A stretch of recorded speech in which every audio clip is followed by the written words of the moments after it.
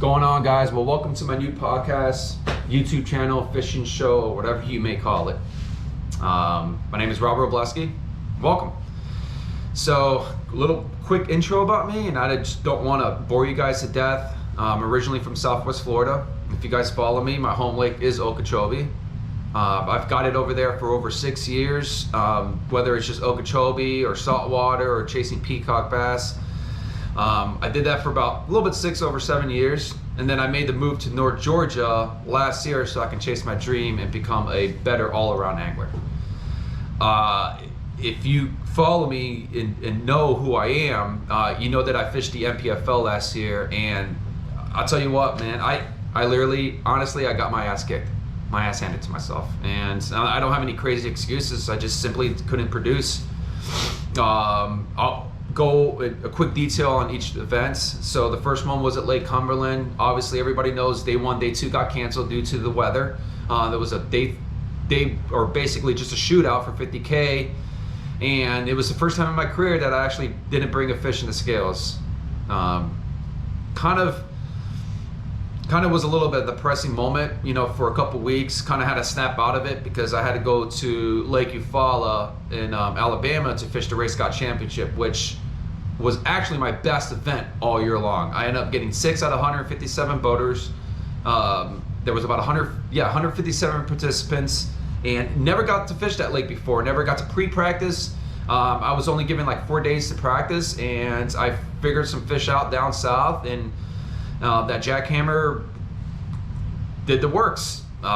So I was able to get a 6th place finish, and that was a pretty big accomplishment for me because I just never got the chance to fish anywhere outside of Florida. And these last couple years, I have had the opportunity to do that. So to able to fish that lake, break it down in a matter of a few days, and to get a top 10 was pretty cool for me. So, but after that, you know, I went back to Hartwell for the NPFL for a second event and basically shit the bed on that one. Day 2, I had 2 giants on, lost them next to the boat. Everything that went wrong on that event, and I just was ounces away from claiming my first check of that year in the NPFL. Watts Bar happened. Going to day 2, I was in 13th place. As confident as I ever have been fishing the event, and day 2, shit the bed. My trolling motor took a dump. I'm not, like I said, I'm not trying to make excuses, but you know, with my back issues and the trolling motor not functioning as properly as I wanted to, I just shit the bed on day 2. Day 3, I did well, but just ounces away from getting my first check that year.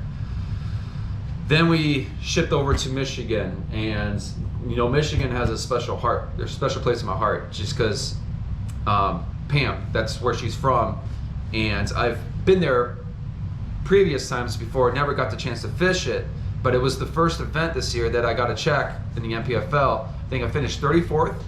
And everything set up perfectly how I wanted to fish. Everything was on top water. I was throwing frogs, throwing super swimmers, big easies, whatever I can to just kind of get that reaction bite. And it played off really well. I caught probably in the 6 days of fishing, because there wasn't a day off. We had 3 days tournament, and 3 days of official practice and 3 days straight to the event. And I must have caught like about 250 fish that week. It was a pretty cool fishery. If you ever get a chance to go up to Lake Huron and Saginaw Bay area, highly recommend it. If you want to get a good topwater action, you know, go there between June and July. It's crazy how much fish you can actually catch in one day. So my next event was over in Sandusky Bay in Ohio and Lake Erie. And to be honest, my smallmouth game is horrible. I just couldn't put the pieces together. I had couple of stretch areas, but which was like an hour and a half, 2-hour boat ride all the way up to the short river. If you know Lake Erie from Sandusky all the way to the river, how rough it was. Day 1, I ended up making that trip.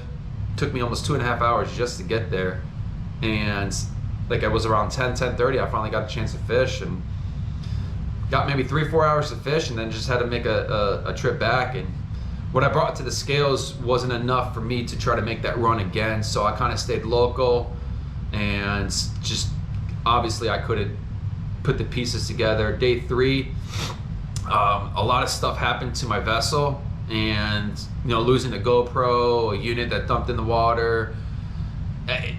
I was just like, I was physically, mentally, emotionally drained from that event. So I packed up my bags and left.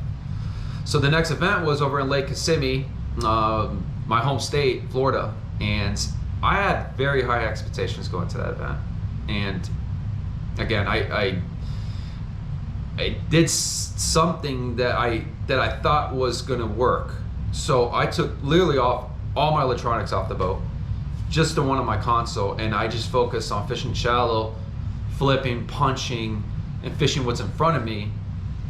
Well, congratulations to Taylor Watkins on his second win that season. He caught all his fish on live scope. And I've been practicing on the forward-facing sonar for the last couple of years since I've had it. And I just didn't produce that event. I didn't realize that forward-facing sonar was going to be a big factor going into that event. Really didn't have a clue. I just fished Florida style, the way I like fishing, and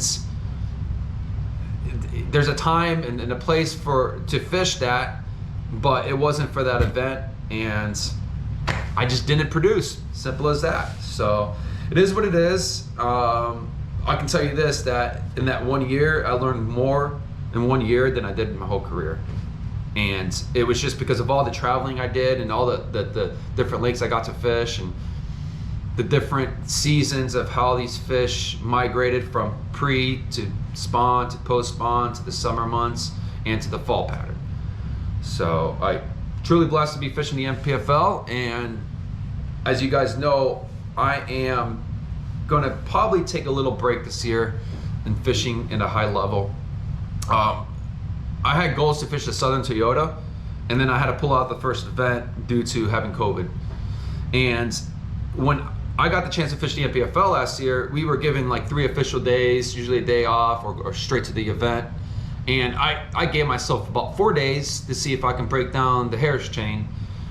And I just wasn't able to physically fish from sun up to sundown. I was still having repercussions of COVID. I lost my taste and smell.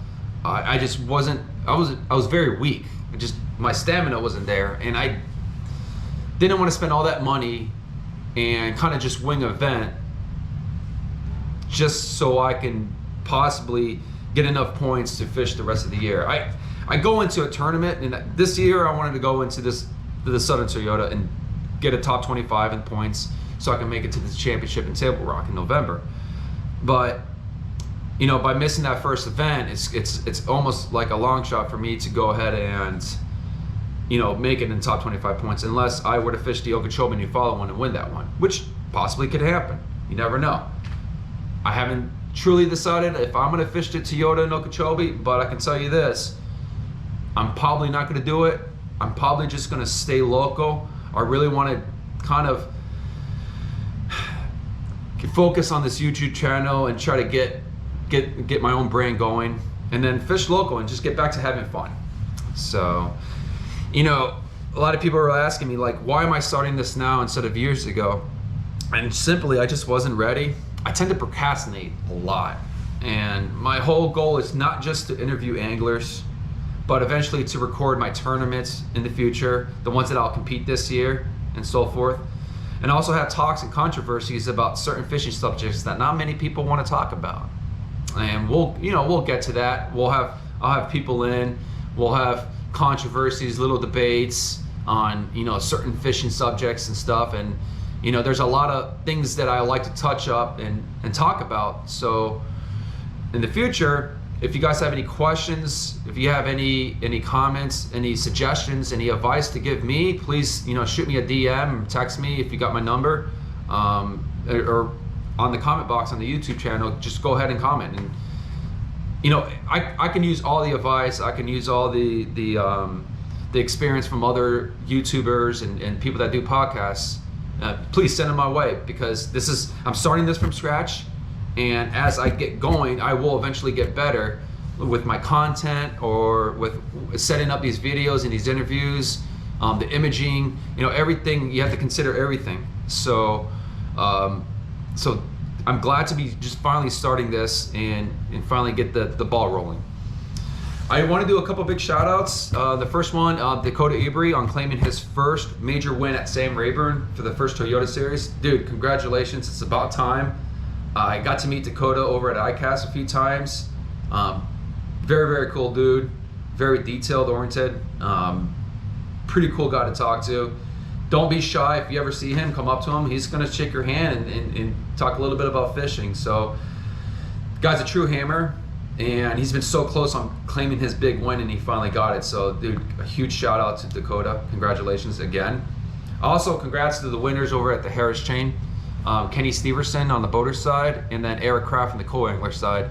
I wanted to fish that event, so I did get to see all the weigh-ins all 3 days, and Eric Kraft from the co-angler kind of touched me a little bit, just because of the relationships he has with his friends. They're also my friends as well, mutual friends.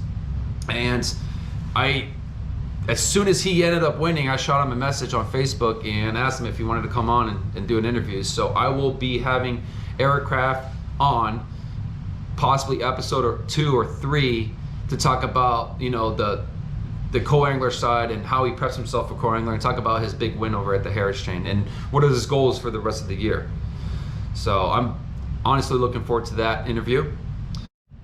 So my first guest is a good friend of mine named Kyle Cortiana. He's been a MLF pro, FLW Tour pro since 2016, where he won the Southwestern Division, the AOI, for the Toyota Series. Then he went to pro, I think, in 2017, and then this past season was arguably his best season. So I'm looking forward to this conversation with Kyle Cortiana and talk about his past season, and then what are his goals for 2023, and what he's doing and how he's prepping for his first event over at Lake Okeechobee. So stay tuned. I appreciate you coming in, man. Yeah, I appreciate it. Yeah. So Kyle, dude, I went ahead and did an introduction video before, just to touch base. You're from Broken Arrow, right? Broken Arrow, Oklahoma. Yeah, Broken Arrow, Oklahoma. Yeah. And now you travel basically, right? You travel to all your tournaments now with the camper, you and your wife, and stuff like That's that. it. So you're looking at our home. This is our home. We sold our house and quit our jobs, and this is it. Awesome. So you've been fishing with MLF for what? How many years now? Started fishing. It was the FLW tour in 2017. Okay. And it's changed names and shapes a little bit since then, but same organization. So this will be my 7th year. 7th year. And then back in 2016, you won the AOI in the Southwestern Division Toyota Series, right? Yep, that's how I got the invite, and never look back. Nice. 10 top 10s. You've won over 250K in earnings. That's a huge accomplishment to anybody out there. And then last year you got a chance to go to the title. That was pretty cool. Not a lot of people probably didn't know who Kyle Cortiana was until the last few few events, especially the last one in the title. You got the camera guy quite a bit. Talk to me about that. How was that? Yeah, for sure. From a competitive standpoint, it's been frustrating over the past years. Trying to get yourself that recognition, trying to get that camera time, because you got to earn it. You can't come out here and expect people to just put a camera in your boat if you're not fishing up to par. And I gotten better each year, but still frustrated a lot of times with not being able to make the championships and stuff like that. So last year was a nice pick me up at the end of the season. You kind of need that reassurance in anything you do in life. I don't care what it is, but you need reassurance that you're doing the right thing and you're on the right path, or else you start to doubt. And so that was good. That was good for us. And it was the first year that we weren't holding down full-time jobs. I mean, we actually got to focus on fishing, and it seems like it showed. We had our best season. Yep, definitely. And anytime you can just focus on fishing and forget everything else, your results will happen. And you did great last year. Um, so I got to ask this because I think it's hilarious, but you're probably one of the only guys that wears their hat backwards. Ah, And I noticed that last year. I'm like, dude, is it just a thing that you do? Is it a Kyle Cortiana thing? Is it something you picked up from the past? dude, it's I thought about it, right? So I knew I had a camera guy behind me, and I've been bleeding Kistler for a long, long time, and I love it. And I thought, man, what a better way to give them a little shout out because they're not on the back of my jersey; they're right here on the chest, they're on the front, where most people uh, think is the best spot to be. But like when you have a camera behind you, it's like your butt cheeks. Like if you had a pair of shorts that said something, I mean, that's literally it's your backside. So uh, I don't know. I kind of thought about it, and just naturally, when you're running around the lake, you don't want to lose your hat. So you either take it off or you flip it around backwards. Well, if I take it off, I burn my brain because I'm just bald, dude. So like keeping it on a little bit kind of helps protect my head a little bit. So I don't know. It was two part deal. That's awesome. That's cool. So obviously last year was your best season. This year in 2023, what do you think about the changes that MLF did? What's your whole mindset about that? Yeah, man. I mean, it's no secret. It's a bummer. There's nothing really good there, with the exception of it's still there. Um, it was in consideration to remove this level of the sport that I'm at, and literally just have the Toyotas and the BPT. And so, um, there's a lot of financial decisions and politics that go into that I don't know the full ins and outs of. But there's a lot of speculation behind it and this and that. But bottom line is there is a discussion of it being removed, and they had to figure out a way where they could financially support and make profitable or at least break even all the organizations they get behind. And having two big TV episoded filming entities at the top of their organization, being the BPT and the Invitationals or the Pro Circuit, it cost a ton of money to have those camera crews here for that length of time and produce all that footage. And that means they have to have twice the amount of sponsor dollars coming in to support those expenses. And when you have to lean on your sponsors hard like that, when they're used to just getting leaned on for one tour, I think, and that's my suspicion, it just got hard on them from that perspective. So I'm thankful they figured out a way to let me keep fishing professionally for a big paycheck and enough to make a living. Um, it's like getting a pay cut, so to speak. The payouts are less. The opportunity to win is a little bit less, and they took away the championship. All that's bad news. There's not a single angler, not even the owners of MLF, that want to agree with any of those statements I just made about it being a bummer. And I'm just riding it out, man. I could have pulled plug, and I could have went over and did what a lot of guys did and tried to chase the different organizations higher level, but I didn't want to give up what I fought for. I fought hard to be here. I fought hard to make the FLW tour and stick around. And I'm kind of a ride or die kind of guy, a little bit loyal. And if the sponsorships come back around, we keep making good TV.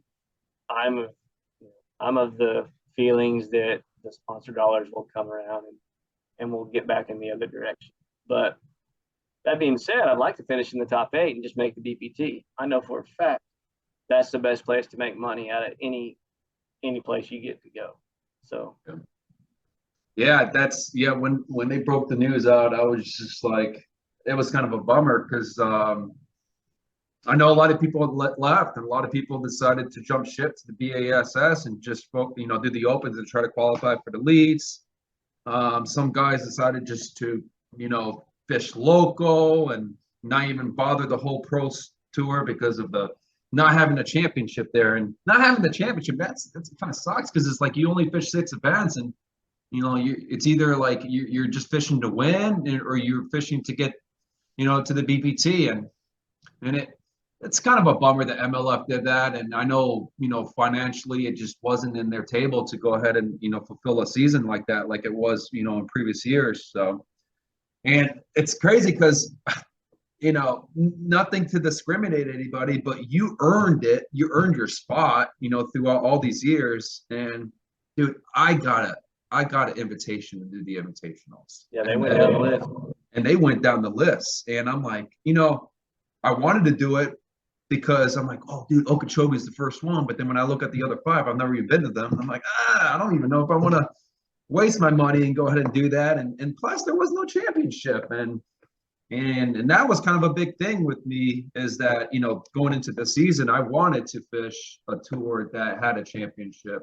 And then, MPFL came along and, I decided to withdraw with that because of personal reasons and stuff. And, obviously it wasn't in the budget this year. But yeah, it sucks, not having the championship, but dude, that's, you got a goal, you got 6 events. Are you planning to do anything else? I know that you did the opens last year. Are you going to do that, or is that kind of a wash? I'm going to fish the Central Toyotas and the Northern Toyotas. Okay. So my season still has a championship that I'm fighting for. And there's no doubt, there's not a better place to have your money than in the Toyota Series if you're an angler. When you look at payback and championships and the whole nine, and the level of competition is as high as it'll be, dude. 260 guys were just at the Harris chain. Yeah. And, dude, if you want to sharpen your teeth and feel like you've done something, go make some money over there because you can make money on your entry fee. And they got a phenomenal championship. So I'm still having a season that has a championship potential. And yeah, you're right, dude. When they took away the championship from us, it was harsh. And they went way down the list to fill their field, but they had to have 150 anglers, else it wasn't financially feasible. They had to have that much money to come in so that their piece of the pie covered the expense to make the promised TV that they were promising us. And so when you lose a bunch of anglers like that, when a company makes a big change, just like when the anglers kind of went on strike and formed DPT, they got hit hard and they lost 80. They lost 80 guys, or not quite 80, but they lost a significant amount of them. Some came from FLW, but when they got hit with that hard, dude, they went to inviting folks. You know what I mean? They invited the Johnston brothers over who had not fished bass. There's a long list of guys, and they had to do what they had to do too to get their full field. And then the responsibility was on them to promote their new anglers. They've done a great job of that, and a lot of the rookies are some of the most liked anglers. And so they did a good job of doing that. And I think this is very similar to that as far as they had to figure out how to get the field back and then go from there, one step at a time, see what kind of TV ratings we can get and go from there. Nice. So how's practice been on Lake Go? How's that been going? I know it's been windy. I know it's been rough. It's been like what I call the worst Florida conditions you can have. We got here on Friday, and Friday night, literally, it got cold, like real cold. Northeast winds, 20 mile an hour. We're sitting outside, my wife and I, and we're like, dang, like we need a hoodie and some pants. Like it got cold. And that's never good in Florida. Now, I think it took a little bit because like my best day of practice was that next day, Saturday, as soon as we got on the water. So it was warm, cold snap happened. That next morning, I got some bites and I caught a big one. And it was a 860. I got the biggest fish I've caught in Okeechobee. And there was a few of them with her. And so I was like, cool, this is a good day one. Let's get to moving. And dude, I started running around and checking areas that I wanted to check. And dude, this place has just been destroyed by the hurricane. Nothing looks at all like I remembered it. And there's no grass. I can't find grass anywhere. I finally found some eel grass by Whidden's Pass, and I fished it for 20 minutes, and all I caught was a catfish on a chatterbait. I mean, I threw a trap and a chatterbait over it. Of course, I drug a worm through it too, because I thought I'd finally found something, And dude, I caught a couple of dinks up on the edge, throwing a wacky worm on the edge of the hard grass line. But every time I'd find some pretty water or something that felt right, I'd only get like 1 or 2 bites, and they'd be dinks, or I wouldn't get a bite at all. The whole north half of the lake is beautiful. I mean, everything up north is beautiful. Moonshine Bay is beautiful. Cochran's Pass is decent. But that whole Whidden Pass, like, dude, it is completely trashed. It looks like a tornado, hurricane, tsunami come through there. Everything's broke. There's just stuff laying over from all these hard winds that we've had. There's just massive clumps the size of this camper of just hyacinth and stuff moving around and mud tussocks floating by. Like it's trash, dude. And a lot of the water is like coffee, but with like a splash of creamer in it. Like it's not your standard Florida tannic water. It's like dirty. Like you can only see about that far. And it's like kind of brown and silted up. It don't look good. And then you get where it's crystal clear and stuff on the North Shore and stuff, and Harney Pond, all that. It's real pretty. I just didn't run into the right area. I've heard some guys found some big stretches of hydrilla that the fish are in. I didn't find that. I really feel like more than ever this lake, like canals and stuff, are going to play, Rob. I really think it's been the cleanest, most protected water that the fish have, and so those are probably the most stable fish right now. But I didn't really trust that gut feeling until about the end of my third day of practice, and I ran all the way to J&S, ran all the way by truck to J&S just to say, hey, that's on the east shore. That has got to be beautiful. I can see the bottom 4, 5, 6 foot. I found like a 5-pounder on a bed, and I caught some short ones, but I didn't find enough to stay there. So I ran over to Kissimmee. I went into Buckhead. Or is that right? Buckhead on Buck something. Buckhead, yep. But yeah, dude, and I had a giant one blow up with a frog in there, but it was the only bite I had, and it was like I don't know if it was a 10-pounder, but it was a monster bass. And so it just feels like if a guy focused with 3 days of practice, typically we only have 2. If a guy really was just all in on all those places you can lock into, and that's been my ignorance over the years. I didn't realize there were so many things you could lock into. I was always like, can't lock. You're DQ, like it's out of. But really, you can't walk out of Kissimmee. You can't go to Port St. Lucie, and you can't lock into the Caloosahatchee, I think. Yeah, towards Moorhaven. Yep, you can't launch out of there. So those are the only 3 you can't lock. All the other locks are fair game. And for years, dude, I looked at how pretty some of those back areas look and thought, man, those would be good to check out. And I've never checked them out. So at the end of the day yesterday, I took off and driving. Boy, I did a complete circle around Okeechobee. And I saw some of the most beautiful stuff from my truck. And I wish I had more time, like Eagle Bay. I drove by Eagle Bay. I was like, what is that beautiful piece of property? And I pulled it up and I saw it was called Eagle Bay. I wish I had a day to go into there just because it looked so pretty. It had a diverse amount of vegetation. It looked clean and clear, and it looked like Okeechobee big bass stuff to me. I didn't even get to go in there. So my practice, although I caught the biggest fish I've ever caught in Okeechobee, after that, dude, my practice sucked. Tuesday was pour down rain, strong winds. I mean, dude, riding that east wall or west wall or whatever, dude, I'm talking like rollers are coming in there, dude, splish splashing around. And I maybe had 5 or 7 bites. One random big one ate a frog, and the rest of them were turds. I have not found a pile of bucks like I always do. So yeah. I just ain't landed on them, man. And so I'm going to go fish for those big ones that are on a hard spot, sitting off stage. And there was multiple big ones there. I'll tell you, I caught it on a jerkbait. I saw it on active target. I threw a jerkbait to them. There was 3 big ones sitting over there right on the bottom. And I twitched it over their head, and they all 3 come up swiping through my jerkbait. And so I knew they were bass, and they got on it, and the wind kind of spun me around. I give it one more twitch, and it locked up. And I got one of them. I spun back and looked at it on active target. And the other 2 were like darting through her while she was fighting. And I knew it was a big one, and then it come right up and jump. I'm like, oh, it's a real big one. And so I fought that one in, and it was an 860, and the other 2 were just the same. They were the same kind of fish. They were all 3 really big. Hoping I get lucky, and that's just a staging spot. It's got some big females. I may sit there all day, dude. I tied on 3 different jerk baits. I tied on all kinds of stuff to throw at those fish. So I may come in with 2 fish for 16 pounds. I may not have a fish tomorrow, dude. I don't know, but I'm going fishing. Yeah, that's all you really can do in Okeechobee. I mean, man, being from that lake, being my home lake, it's trust.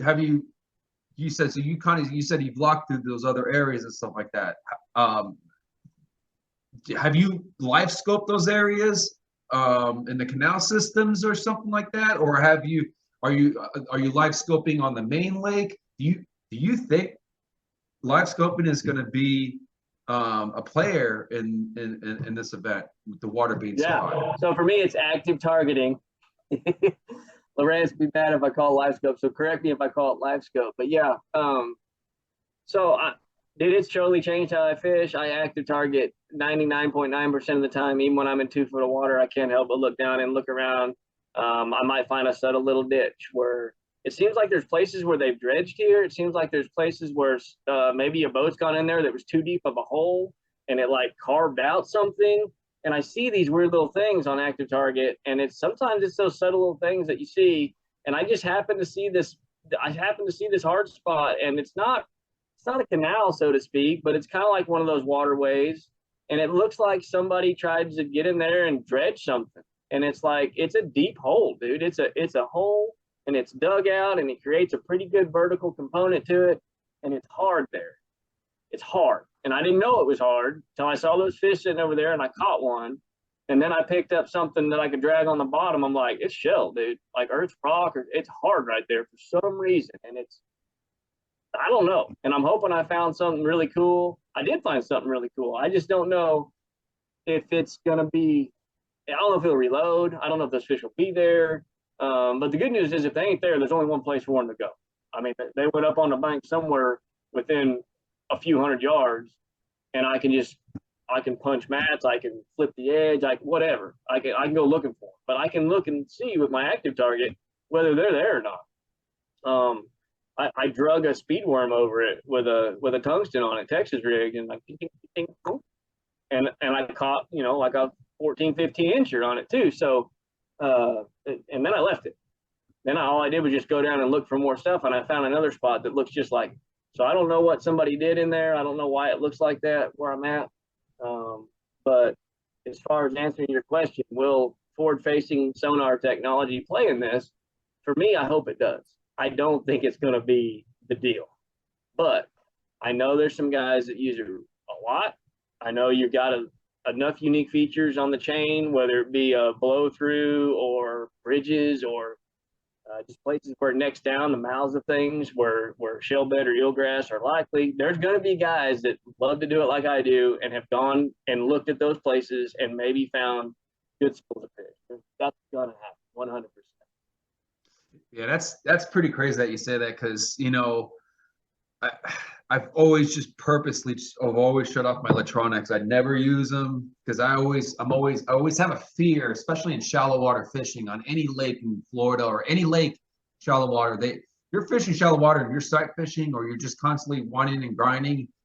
I feel like they can hear that tap tap tap tap tap on the thing and they get skittish. And I know over the years of fishing Okeechobee, you can barely turn your trolling motor on and you wake up all kinds of things. Probably a lot of those fish are mullet and tilapia. And I noticed that you caught a mullet the other day. That's freaking cool. Mullet. I didn't know what that was. Somebody people had to tell me, or I had to look it up, whatever. Some kind of striped freshwater mullet or something. Yeah, that was pretty cool. Fight, dude. I hooked it right in the back. I was like, oh, dude, I snagged something big. But it wasn't that big, but it was strong.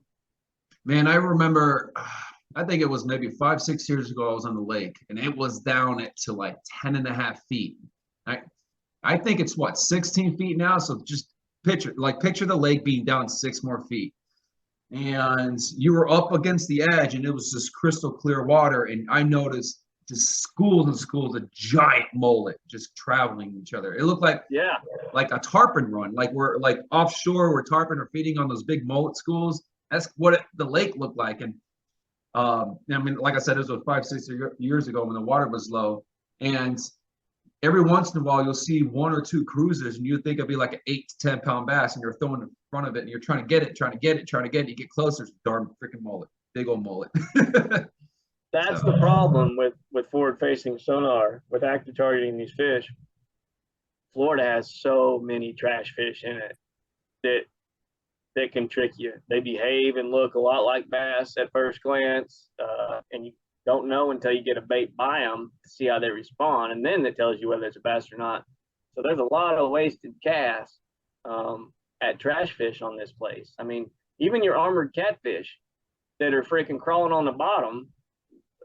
I mean, a lot of times bass are tight to the bottom, and you see that glow on the bottom, and you can call that fish up to a bait. Those are the easiest ones to catch. Are either the ones that are 3 foot under the surface well, in deeper water. The ones that are hugging the surface, the ones that hugging the bottom are usually the ones that bite the most readily.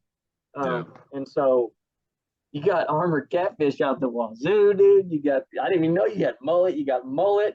You've got all kinds of Bowfish, which is sucky mudfish. lips. Yeah, Yeah. you've got mudfish. I caught a mudfish. And then you've got catfish too.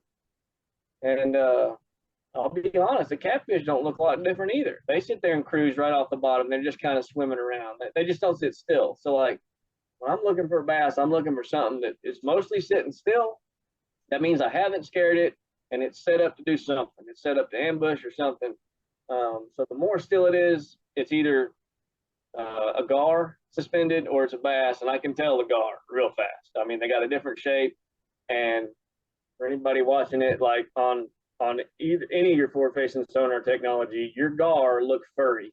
They look like they're hairy. They put off a fuzzy appearance to them. They're not clean. They're not clear, and I believe it's because they're large, hard scales when they move, like release some water or something. They displace water, and it creates this kind of distorted picture around the fish's hard edge.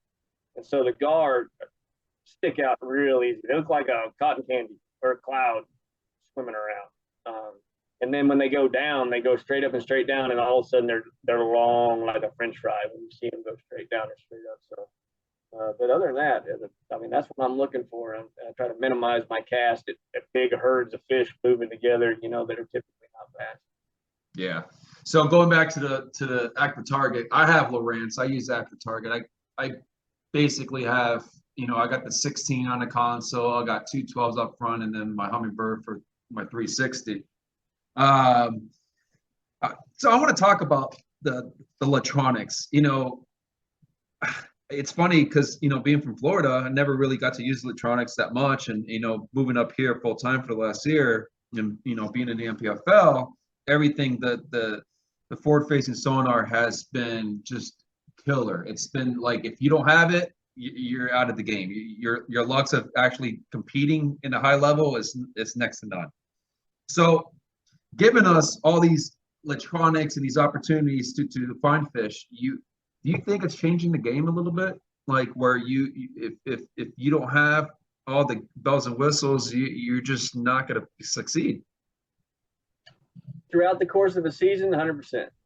Yeah, if you fish an entire season that includes a lot of deeper, clear fisheries, herring fisheries, smallmouth fisheries, big time.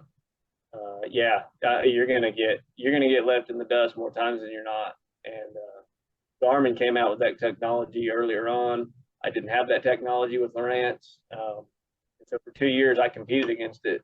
And now having it, and I firmly believe Active Target is better than LiveScope. I've looked at both, and the clarity of the Active Target to me is above and beyond the clarity of Garmin. But I don't know how I ever cashed a check without it. For those 2 years, when there's a lot of Garmin guys and there's a lot of Lowrance guys, and I don't know if it's 50-50, but there's a lot. How I ever cashed a check against that technology is beyond me, because if you took it away from me now, I would feel so lost, with the exception of these shallow fisheries. The shallow fisheries have exemption, the shallow grass fisheries, for sure, a guy can get around. Spawn, you catch them in a good spawn, you don't have to have it. And you don't have to have it to catch them up north either, but you are going to get left behind in some of those fisheries, like up north for smallmouth, if you're one of few that don't have it. So, it's completely changed how we have to play the game if our competitors have it. It's like all your competitors having bathymetric data and mapping on the lake, and you don't. It was when that came out, when all of a sudden we had colored GPS maps on our units, and some guys still had flashers. That moment changed how you have to fish and compete, or you're going to get left behind. Or the side scan came out. All of a sudden you could find brush piles that only your great grandpa knew about, and you lined up trees and power poles and docks with red broken roofs or whatever to make that cast. When every time that changed, you had to catch up with it, or else you were likely going to get beat because guys are wasting less time making a cast and feeling what the bottom feels like, dragging a jig or trying to find a brush pile, making 30 casts with a deep crank until they come through the brush pile. They're not wasting as much time, so you're getting so many more good casts in. Yeah. Yeah, it's crazy. Yeah, that having those electronics is a big thing. Now, Lowrance just came out with the active target 2. Do you have that, or you still have the old? No, I don't have that. I'll be getting the pros sometime in the month of February is when they should be able to ship them, and the active target 2 I think is about on that same time frame. But I'm still running the last year's version, got the lives and Nice. active target 1, I guess. Yeah. So the season, what are the lakes are you looking forward to the most? What are you looking forward to getting ready to go in that northern swing since you did so well last year? What lake are you specifically like, man, I'm stoked to go ahead and fish that. I think I got a good opportunity. Man, really the Toyotas offer the lakes that excite me the most. They do the invitationals. They do go to Lake Eufaula in Oklahoma. I used to know Lake Eufaula decent, but I haven't got to fish it in 6-7 years or more, So I'm always excited to go back to Oklahoma where I feel at home and I definitely know more before I even go. So I'm looking forward to that on the invitational side. But the rest of the season on the invitationals is, man, it's going to be a tough season to make the top 8. That's for sure. They're letting people jackpot. There's a handful of people that jackpot each one of these events. So it's going to be tough to do well in each one of the events, and they're all challenging. But the Toyota Series, man, we're about to go to Guntersville as soon as I leave here. I have fallen head over heels in love with Guntersville. My rookie year, we went there in early January, and I did horrible, bro. Caught one fish the first day for 4.5 pounds, like horrible. And then something clicked the next time I went there about how those fish utilize both the TVA current and the grass and the whole nine. And that lake is absolutely on fire right now. It's as healthy as any fishery we got in America with all the grass. And they're doing a great job of not killing too much. They do manage it, but I'm really excited about that. So as soon as we leave here, we drive straight there. I get to do a photo shoot with Frog Dogs, and we get a couple days of practice in. And it's going to be a rattle trap, chatterbait, jerkbait. It's going to be right up my alley. And I love watching fish come out of grass to eat my rattle trap, eat my booyah one knocker on that active target. So I've got to where I can find fish in grass, swimming out there 60, 70 foot, and I can burn a trap over their head and literally watch them come out and just smash it. And I'm addicted to that, dude. So I'm looking forward to Guntersville.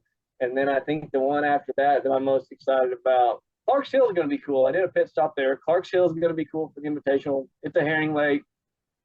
They're probably going to be bedding. If not, I'd be excited about that because I think it'd be an active target deal there. But they're probably going to be on beds. But Smith Lake, I had a top 4 finish there last time we were there, about the same time of year. Active target. I mean, it's swim bait, find them, throw at them, catch them, dude. And they got 5-pound spots all over the place. I love catching spotted bass. So anytime spotted bass are the species you need to catch, maybe win, I get excited. But yeah, it's all good, dude. Dude. And then they go St. Lawrence River and Champlain is the Northerns.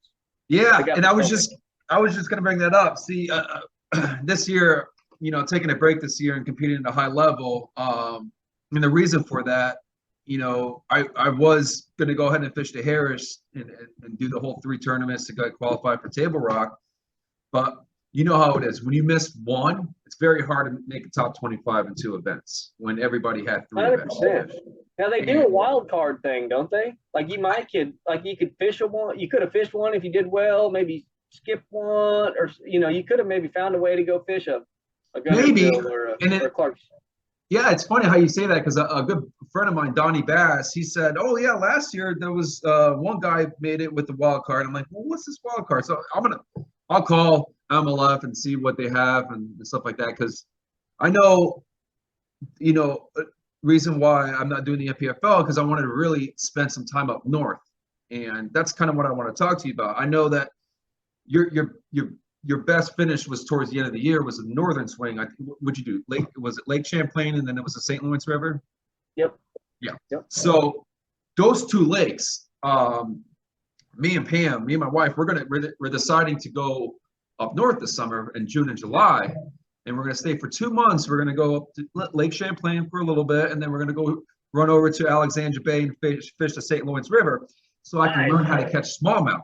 Because I think one of the things lacking in my game is the smallmouth game, and I found out the hard way last year fishing the NPFL. I just didn't do so well fishing the smallmouth. So I'm going to take a couple months, and the money that I was planning to spend, on competing, I'm going to, spend vacationing up in New York and just getting to know those areas. Because every year MLF goes there, or BASS goes there, or some big pro circuit goes there, and that's the northern swing. It's up north, and if you don't know how to fish that, and you don't take the time to do it, like what you did, you and your wife took a trailer. You guys went up there this past summer, and you learned it, and you kicked freaking butt, man. You did great. Dude, it's probably the most beautiful place in the country that we have. In the United States, I don't think there's a prettier, from what I've seen, and I haven't been up in the Northwest much at all, but dude, the foothills, the Adirondack Mountains, where the Chain Lakes, all that stuff. It's God's country for sure, dude. It's gorgeous. It's kind of like Colorado meets a touch of Canada. It seems like that's the best way I can explain it. But there's just cool little towns everywhere, full of kind-hearted people that are diehard Trump fans, which is always fun. And then, it's just not what you think of when you think of New York. Everybody thinks New York City. I've never been there. And that's what I thought when we were, oh crap, we're going to New York. Did you get there? It's the most beautiful spring, nice people. So we love it. And if we could live there in the summer, every summer, all summer, we would 100% do that. And hopes are that the tournaments keep taking us there. So we're going to be there 2 months again this year, I think, or a month. Definitely going to be on Champlain for a month. And then we have some downtime over in the St. Lawrence River, but we got to drive all the way around to La Crosse, Wisconsin, which is like a 20-hour drive from New York. And then you got to turn around and come right back, if I remember right. Like it's Champlain, Wisconsin, St. Lawrence River, then like over to Potomac or something. So that sucks. But it's beautiful, dude. I'm excited to hear what you think about that place when you get there. Dude, you can catch smallmouth there. Like you'd be surprised at, it won't take you long, but you do need to give yourself a little time to get acclimated to the changes. But once you get it, dude, you'll get it. It'll just start clicking. You're like, oh man, I made this way harder than I had to. Oh yeah. So, yeah. Because that was just a big thing last year for me. My smallmouth game was just horrendous. But I'm looking forward to it. I got a buddy that lives in Champlain. He guides out of there, so I'll be hiring him just to take me out because I've never been there before. And then I got a good buddy of mine that's guides out in St. Lawrence, so it'll be pretty cool to just to get out and see what that area has to offer. And it's traveling this last year and be able to do it again this year. When I went up to Michigan, I got to see I got to fish 3 Great Lakes last year, which was awesome. I got Erie, Lake Huron, and Lake Michigan. And dude, Lake Michigan, that is some beautiful, beautiful water. Turquoise water, super clear. You can see boulders 20, 30 feet down. It's just like uncharted stuff that we don't, like a lot of people don't really get to see and handle. And it's pretty cool, man. It's really, really cool to see the northern fishery. And those fish are stupid because no matter what you throw on them, they're gonna bite anything. So it was most of the time, yeah. Most of the time, until you eat them to on Championship Sunday, and then they don't. Yeah. So, but Kyle, I'm probably gonna let you go. I know we're a little bit over past due, but I appreciate you coming on and talking and getting to know you a little bit more than because the first time I actually got to meet you was at the Beef O'Brady's parking lot in Clusive in 2021. Yeah, it's just right up the road from where I'm at right now. Yeah. So it's crazy like how everything follows after that. But dude, good luck to you. I'm actually looking forward to seeing how you produce in Okeechobee. You got some hammers you're going up against, so should be a very interesting battle. And seriously, good luck, man. I hope you do well. I appreciate it, man. It's my wife always likes to point out that my worst practices are my best tournaments. So this one ought to be a really good tournament because the practice was not that good. So we'll see if that trend holds true. And I appreciate you having me on, and thanks for the time. No problem, dude. Well, you have a good luck. And if I don't talk to you after the event, have a good luck for the rest of the year, man. Yeah, man. Holler at me when we get up north. Definitely. Well do, man. All right. Later, bud. All right. See you, Bob. Well, guys, that's a wrap, man. I had my first episode with Kyle Cortiana. Dude, I appreciate you coming on and talking about, about last year and then how this season, is going to progress, and what do you think it's going to take to tackle this big go. So I'm looking forward to how these anglers go ahead and fish Lake Okeechobee. I also wanted to end this episode and give some shout outs to a few sponsors that I have. We all know that I support Bruiser Baits, Flat Out Tungsten, and Bass Addiction. I think I've preached this many times, but working with Steve Dahl over there, and for the last 4 to 5 years, I'm truly blessed to be part of the team and getting to work with him and creating custom baits and custom soft plastics and possibly creating our own type of smallmouth bait, which I'm not going to go ahead and go into detail yet. So give Steve Dahl a call. He can, he'll definitely get you some customs and tweak some things out for you guys. And he's really good to work with. And so honestly, really hit him up. Arc Rods. I've been with Arc for about 4 years now. And every year I've just been super impressed with the customer service they have to offer. And honestly, their new line of reels, I used a couple prototypes last year and they've really worked flawlessly. I had the G3, the G5, the G7. I got all 3 models. They all work great. It's to your own preference as well. They're also coming out with some great hard baits, swim jigs. Like these swim jigs, I own a couple now, and they work great. They look awesome in the water. I just haven't had any time to really fish for this type of species at that very moment. So please check out Arc Rods and check out the new reels, the new hard baits that they have, and the swim jigs. Also hit up Eternal Lithium, my guy Spencer over there. He'll get you all squared away. Just tell him I sent you, and he'll get you situated with what you need with the lithiums. I've been with him for a couple years now, and he's I can always hit him up if there's an issue or something like that. If like one of the chargers fall, he'll send me something right away. No ifs, buts about it. So honestly, hit Spencer up and tell him I sent you, and he'll get you squared away. And last but not least, True Grit Tackle, their jigs.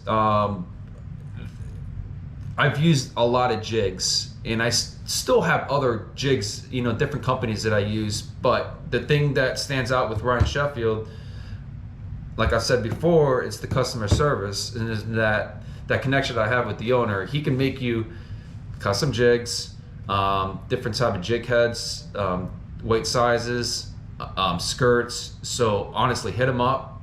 He's great to work with, and he's over here in Lake Lanier in the Georgia area, and he produces awesome custom jigs. And he's also a host over at on the Live on the Fish North Georgia group. And I was just on the show the other day, and me and him been working closely together, and great guy to talk to, and he's also very knowledgeable with Lake Lanier and all the other lakes in North Georgia. Thank you guys for tuning in. My next episode will be with Eric Kraft, who won the co-angler side at the Harris Chain. So I'm looking forward to that interview. So again, thank you guys. Please subscribe, comment, DM me if you have any advice to give me or questions. I can use all of them. So thank you again, and tight lines.